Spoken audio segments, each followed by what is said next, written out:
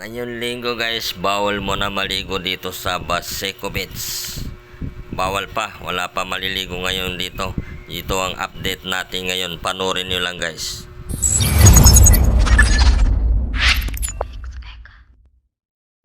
So guys, bawal pa maligo ngayon dito sa Baseco Beach. Yung update ko sa inyo dyan guys. Ngayon umaga, ito yan, may naglilinis lang dyan. Pupuntahan natin yan, papakita ko sa inyo kung may naliligo o wala. Pero yan, papupuntahan natin yan, pasilip natin. Siguro bukas pa yung pwede maligo na dyan. Kasi yung mga Coast Guard na tanong ko kanina, hanggang bukas na lang sila dito. Ngayong linggo ay wala pa yan.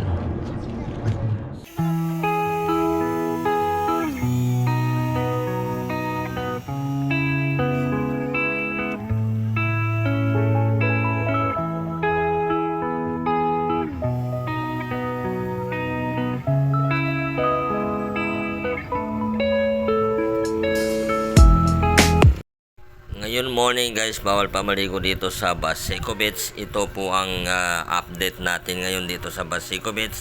Ating pong papanorin. Shout out lang po sa lahat mo na nanonood nito na ating bagong update ngayon umagang araw po ng linggo.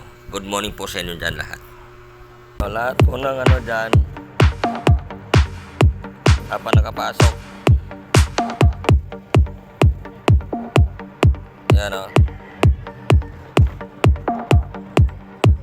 Nakapasok nga bukas pa siguro yan bukas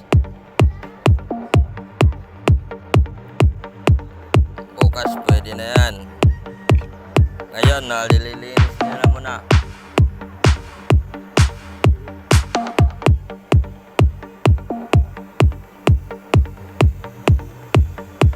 Sana sa mga magliligo, iwasan po natin na magkakalat para mapanatili ang malinis po ang ating Baseco Beach. Yung mga kalat natin guys, dalayin natin yan. Yung mga basura, wag natin iiwan dito para mapanatili natin ang malinis ang ating paliguan, Baseco Beach.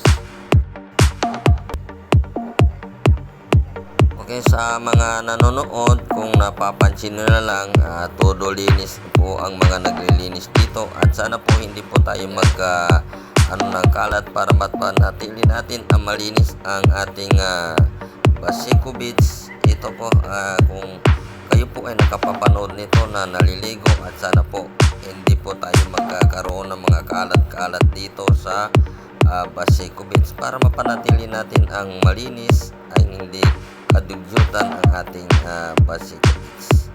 Para po sa ating lahat ito guys. So ano pa dyan, naglilinis. Mga bukas yan, meron na yan. Pero ngayon puro linis pa yan nandyan. Update tayo ngayon, wala pang bawal pa maligo ngayon. Bukas yan, pwede na yan siguro.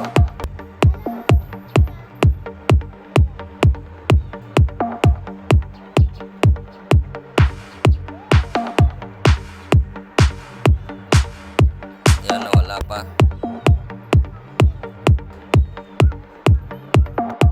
Makikita nilang guys, malinis ang Baseco Beach, maganda, at lalo po kung maganda yan pag wala tayong makikita dito ng mga kalat-kalat dito.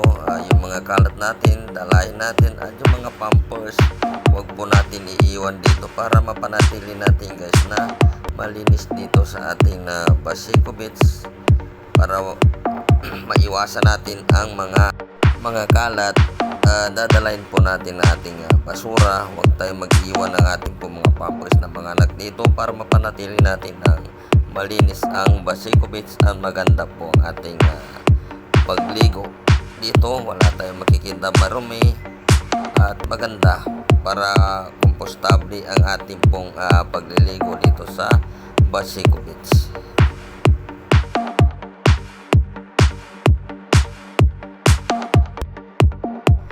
Sa ngayon araw guys, sa ating po nakikita ngayon na walang kahit sino, wala man ang nakapasok kasi bawal ang maligo dito. Ngayon araw po ng linggo. Hindi ko po alam bukas kung pwede na yan. Pwede na tayo maligo. Ayun lang po ang ating pong masasabi. Panatilihin natin ang malinis ang ating Basico Beach. Huwag tayo magkakalat.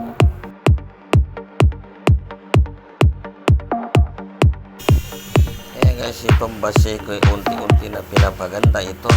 May mga ilaw na dito sa gilid at may bakod pa ito para sa alon magano ay hindi po magano dito sa mga kabahayan. Nagkakaroon na ito ng bakod at may ilaw na siya. Unti-unti na pinapapaganda ang Basico. Ito po ang ating makikita ngayon. Ito sa gilid may ilaw na yan guys. Pinaanuanan lahat po nakikita natin dyan, nakatayo ng mga ilaw. Yung ilaw na dyan guys ay yung mga solar, matik na yan na umiilaw yan tuwing hapon yan. Ito hanggang dito na yan. Inikutan ko lang kahapon yan, pero hindi pa nakaabot sa dulo yung ilaw na yan. Hindi pa nila tapos kasi bago pa yan. Pero at least nandito banda guys, may mga ilaw na yan. Yun po, makikita nilang yun na makatayo na yan. Yan na lang, may ilaw na yan, yung ilaw na solar. Kaya guys, panatili natin ang malinis ang Basico. Unti-unti na po pinapapaganda ng ating gobyerno ng Pilipinas. Ayan guys, nakikita nilang napakaganda ng ilaw nila dito na linalagay, no? Ano, solar na ilaw yan guys dito sa Basico Beach. Nice, napakaganda yan, no? Nakikita nila.